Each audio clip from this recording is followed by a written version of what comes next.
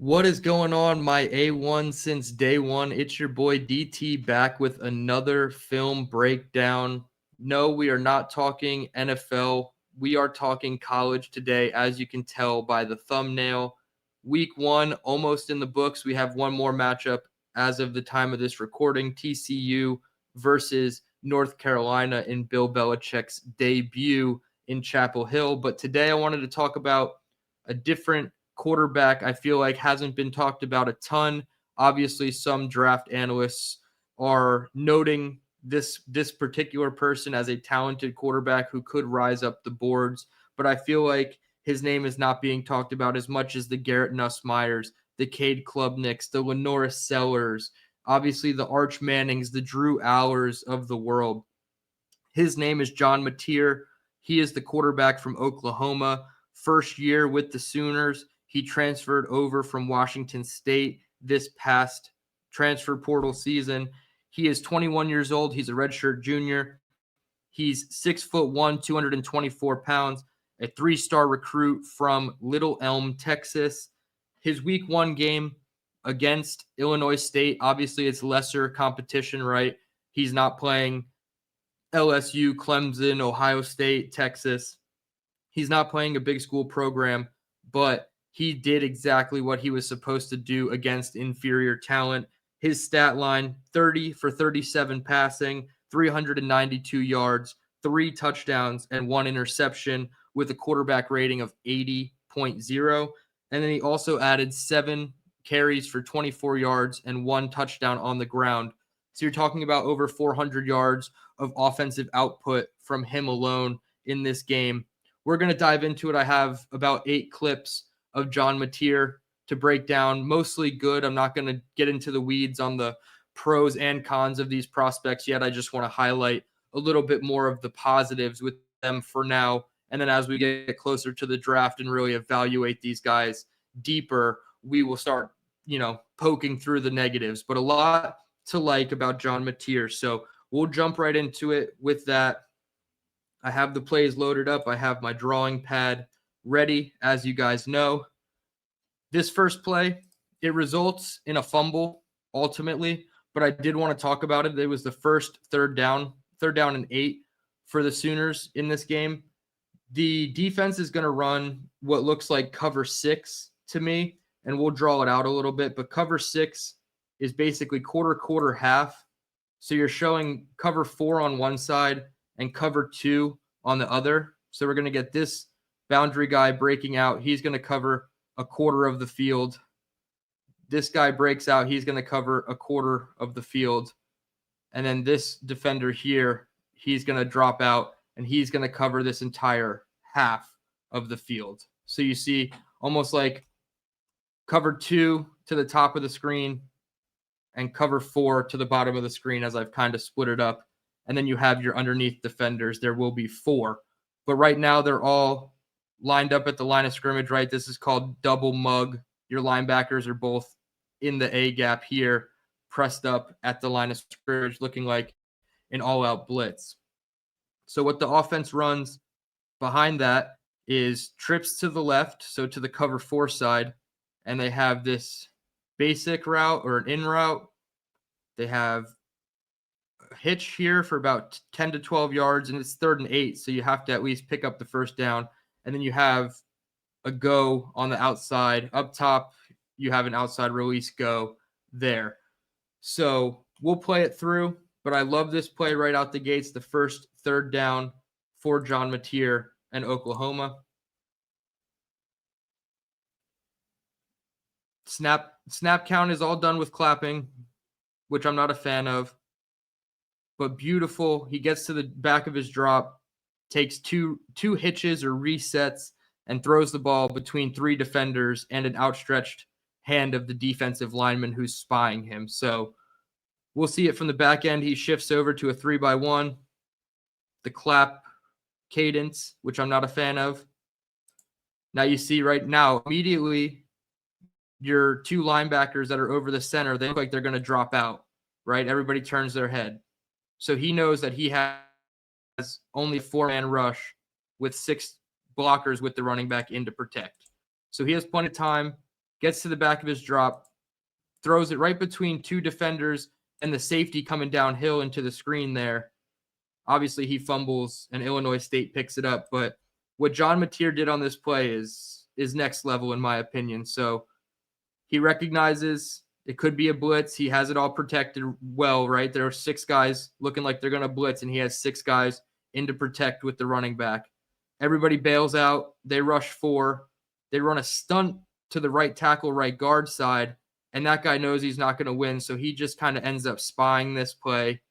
Mateer gets to the back of his drop, like I said. Look at this. Throws it right past the outstretched arms of the defensive lineman. Some flexibility shown off by the referee there. Right into the soft spot of the zone between those 2 defenders on the second level and the free safety coming down in the middle. So ultimately, results in a fumble for Oklahoma and a turnover. But John Mateer, A+ on the play. He did nothing wrong, and I wanted to highlight it, even though the negative of the play was a turnover. The second one we have here, backed up in their own end zone, 1st and 10, 6-yard line. We're going to have an RPO fade. So basically, John Mateer notices that to this side of the field, he's running an RPO. So this is, an outside release, RPO fade. And what he's really eyeing on this play, in my opinion, is the depth of this player right here. If this safety was back here, he's probably handing the ball off because it's more of a too high shell, with this other safety opposite. But instead, this safety is only about 6 yards off the line of scrimmage, and he knows that if he can win outside one-on-one on the boundary, he's going to throw it up and let his guy make a play. So they're going to show RPO. They're going to just run a zone. Everybody's going to shift to their right, show inside zone RPO, and he's going to hit the outside release fade to his guy. Now, the camera angle is very hard to see that the wide receiver makes a catch. He does make a catch, and the end zone angle was even worse because whoever operates the camera in the end zone just couldn't get to the wide receiver quick enough. But the wide receiver makes an incredible play on the ball, but it's a drop in the bucket for John Mateer. So I definitely wanted to include it. It was great pre-snap recognition, like I said, to understand the depth of this safety here and to make the pre-snap decision that, hey, I have one-on-one press man down here, and if my guy can win outside, I'm going to throw it up to him instead of running the ball. So we'll play it through. Safety's creeping down even further, playing the run. He knows it. Staring down a free rusher, essentially, and he makes that immaculate throw in a bucket. We'll slow it down a little bit. So right on the snap, your entire offensive line and the tight end that was motioned over, they're flowing all to their right, showing inside zone motion. That safety's crashing down as hard as possible, almost looking like a safety blitz to that side. Mateer realizes that he has one-on-one coverage out here with his guy. So even though this guy's screaming down in his face, untouched, he shows poise, collects himself, resets, points exactly where he wants to go with the football. Now you can't really tell, but the wide receiver there is making an incredible catch on the football right here, getting his foot still in bounds.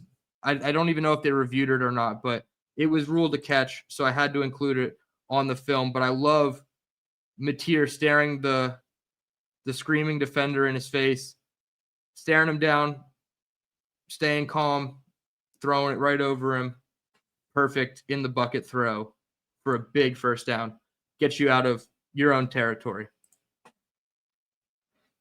Next play, we have a 2nd and 10. This is now inside the opposing 30-yard line. So we're moving towards the red zone. Some people will call this the green zone right before you get to the red zone. And this is where a lot of your shot plays come in, right? You want to take your shots deep to the end zone on early downs and see what you can get. So right here we have what looks like a 3-by-1 formation, trips to the right in a pistol. We're going to see it's a busted coverage from the defense, and I'll play it out first. But it looks like this defender over here is supposed to run vertically in Tampa 2, and he's supposed to take the vertical eligible receiver. And Mateer realizes that there's no way he can get all the way over to this vertical route from the slot right, who's running right between the cover 2. So we'll play it out, and then we'll go back over it. Easy pass up the seam, gets him down to the 2-yard line. So you see immediately the defender that I originally highlighted right here. I think it's his responsibility in what we call Tampa 2 is 2 high coverage, right? You have half the field, and then this defender is going to run up the vertical and sit right in between those 2 half field safeties, and then everybody else is kind of playing an underneath coverage. He's underneath, he's underneath, he's underneath, and then he's underneath. So you have technically 5 underneath defenders, and then the 2 high in the cover 2. But he can't get all the way over to the opposite hash where this seam route is taking place. And Mateer realizes this. As soon as this guy starts bailing out of his stance, Mateer realizes that he can get the seam route between the 2 safeties, and he does it perfectly.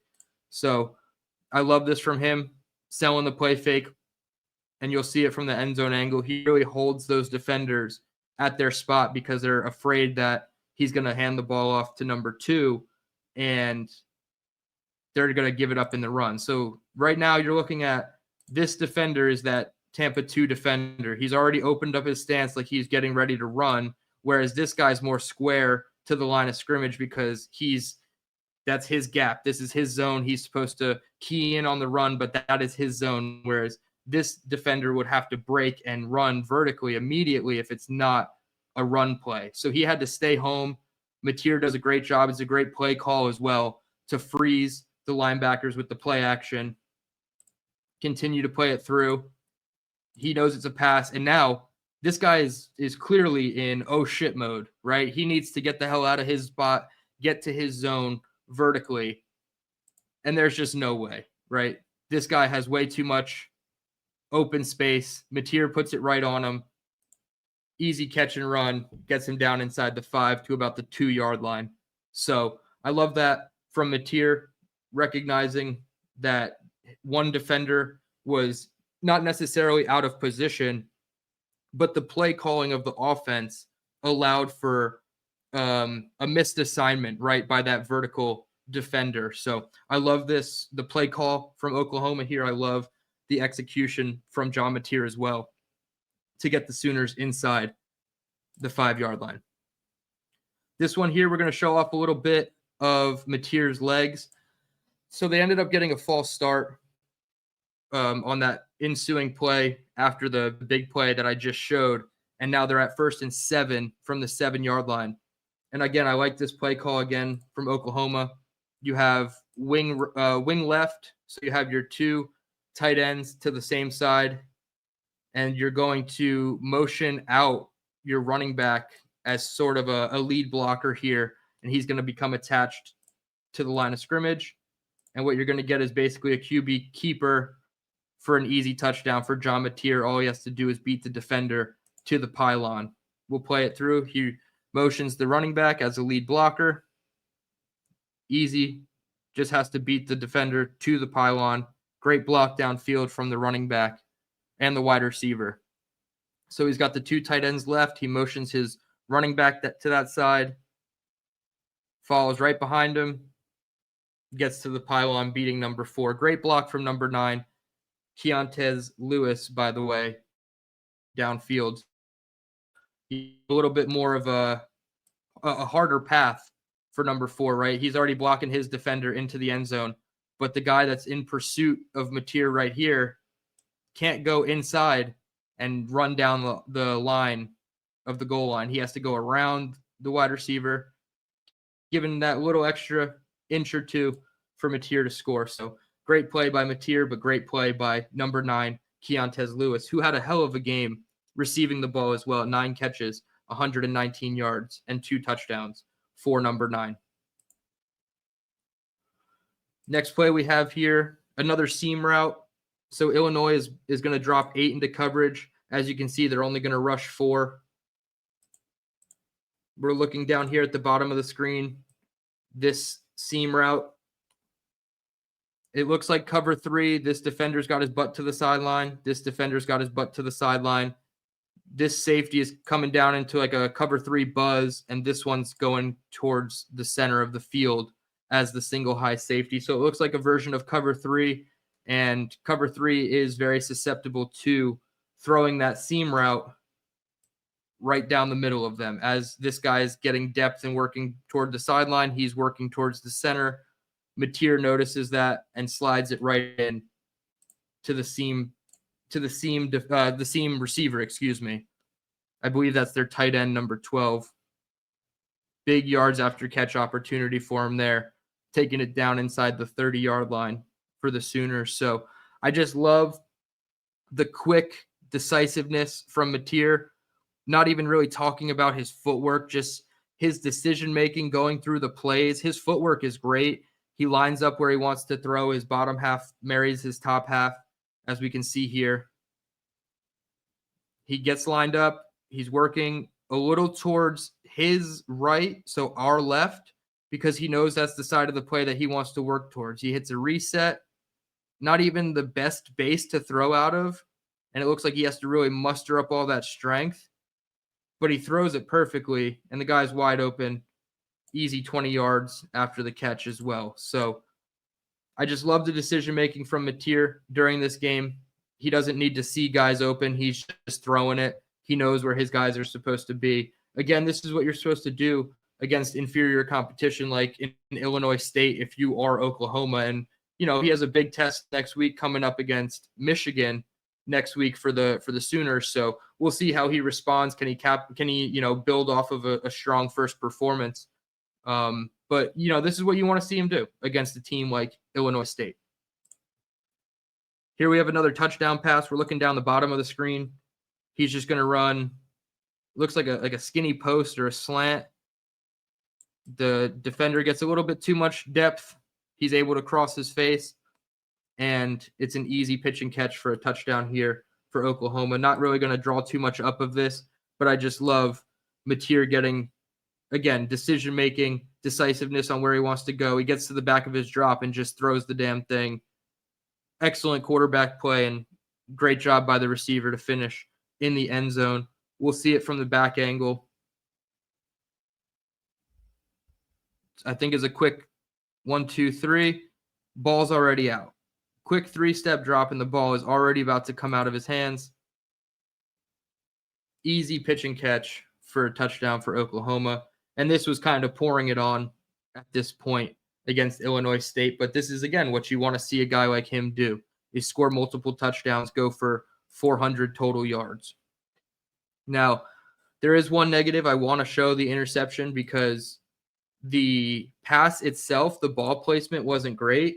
He's going to throw what looks like a 12 to 14 yard in cutting route here. And he's just going to put the ball a little bit behind the receiver into a bad spot where it is intercepted. So I definitely didn't want to gloss over this, but I do think there's still positives to take away from it. He knew what his read was. He knew where he wanted to go with the ball. It was more just a placement issue for Mateer more than anything else. So we'll see it here. Just behind the defender or the receiver slightly, and the defender's able to get his hands on it. We'll see it from the back angle as well. Again, I love the decisiveness. 1, 2, 3. Foot in the ground. He's ready to throw it. Now, it is a little bit behind, and it's hard to tell from this angle. And I understand if the receiver is coming, he's getting out of his break and he's running this way. If there's a defender obviously right here, and there's a defender right behind him 2 yards deeper, maybe it wasn't smart to try to fit this ball right here because it would end up resulting in his wide receiver getting, demolished by this defender.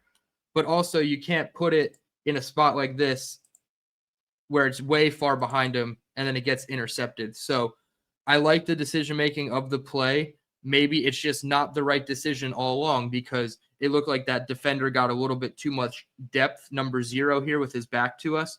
And Mateer threw it thinking that he wasn't going to get over in time. And then when he was there, it kind of hindered the throw and he had to make it, an adjustment and throw it behind his guy, which leads to the interception. So obviously it's a good play by the defense as well. But I think that, the decision to look to the right, it might have been his first progression, right? He's kind of looking off the safety so that he can get to the right. But maybe he should have looked off it and taken the check down, knowing that that defender was right there, ready to make a big hit if he threw it towards the middle of the field. So bad decision, although I like the decision to look at his first read and throw it because he thought he had a lane. It just still closed, in my opinion. So I don't want to see Mateer obviously throw a bunch of interceptions, but this one, I feel like when you look at the film, it wasn't as bad as, it's just every other interception that we've seen before. And then the final play here, ending it off with a positive, a nice touchdown pass. And this is a concept that I anticipate the Jets running, maybe not to the fullest extent, but what they have here is wing right. So they have their 2 tight ends, and then they have both their wide receivers to this side. So it's a 4-by-0 formation or a set 4-by-0, which is pretty rare. And then he's going to end up shifting the formation to wing left, both tight ends, shift over to the left side. And then what you're going to get in terms of the route concept is Dagger. This is something I think the Jets are going to run a lot. He kind of like stutters, gets around him, and then cuts up. So it's kind of like a weird clear route. Like he doesn't run it straight, and it's, my line looks a little drunk there, but it's more of, like a over and then kind of up motion. And then the backside dig comes in, and that's the Dagger concept, something that I think the Jets are going to run a ton. If you're looking at this being, Arian Smith and this being Garrett Wilson for the Jets, that's just how I would see it if we're tying it into the Jets. Here we go again. Wing left, clear out with a dig underneath it. Great separation. Finish in the end zone. That's what it's all about. I believe that's Keontae Lewis again, number 9. His second score of the day. So we'll see him shift over from wing right to wing left to a 2-by-2 set. Kind of widened out the defense as well. Looking off the safety, comes back, hits the dig route, finishes in the end zone. Easy pitch and catch for John Mateer and the Oklahoma Sooners against Illinois State. As you can see, the route was on already. This made it 28-3. I believe the final score was 35-3. So Oklahoma doing his thing, John Mateer doing his thing. I wouldn't be surprised if we see Mateer's name climbing up some leaderboards throughout the entire college football season. I'm really excited for him. He's a name that, again, hasn't really been floated out there a ton, but Oklahoma is going to be a really fun school to watch, in my opinion. I'm sort of invested more in Oklahoma than a lot of other schools because I am, an attendee of the Senior Bowl, which no longer is run by Jim Nagy. He was the director of the Senior Bowl, who is now, I believe, in a managerial position for Oklahoma. So shout out to Jim Nagy and the Oklahoma Sooners. They're doing a good job, and I think they got a ton of talent. That's going to do it for this film breakdown. I appreciate everybody who joined the community. My last stream Saturday or Sunday morning, rather, had a ton of good engagement, a lot of new members. I believe 20 or more new members to the community. So 20 new A1 since day one. I appreciate all of the gifted memberships, all the super chats from that stream, everybody who became a member on their own. You guys are awesome, and I can't thank you enough for your support. So I had to reciprocate and show my love back to you guys in the form of a film breakdown just for you guys on the channel. You can expect a ton more of members-only content. This is already the second piece of members-only content that I've done for you guys. So I'm definitely going to prioritize you guys and incentivize more growth in the A1 since day one community, because I think you guys are the best in the business, not just YouTube, but any chat or any community that I've ever been a part of. This is one of the best. So I thank you guys. I can't thank you guys enough, honestly. And I hope you guys enjoy this video. If you have anybody, quarterbacks specifically that you want me to watch, I will do my best to get the all 22 and break it down as quickly as possible. Next up in the hopper is Garrett Nussmeier. I'm going to go watch LSU versus Clemson now and get my takeaways on Garrett. First time I'll watch a full game of all 22 on him. So stay tuned for that one. That might become a members only video as well, because I love you guys so much and I appreciate everything and all the support. So thank you again. Hit the like button on your way out if that's even a thing on these member videos. And as always, you guys are the best. A1 since day one. DT signing off.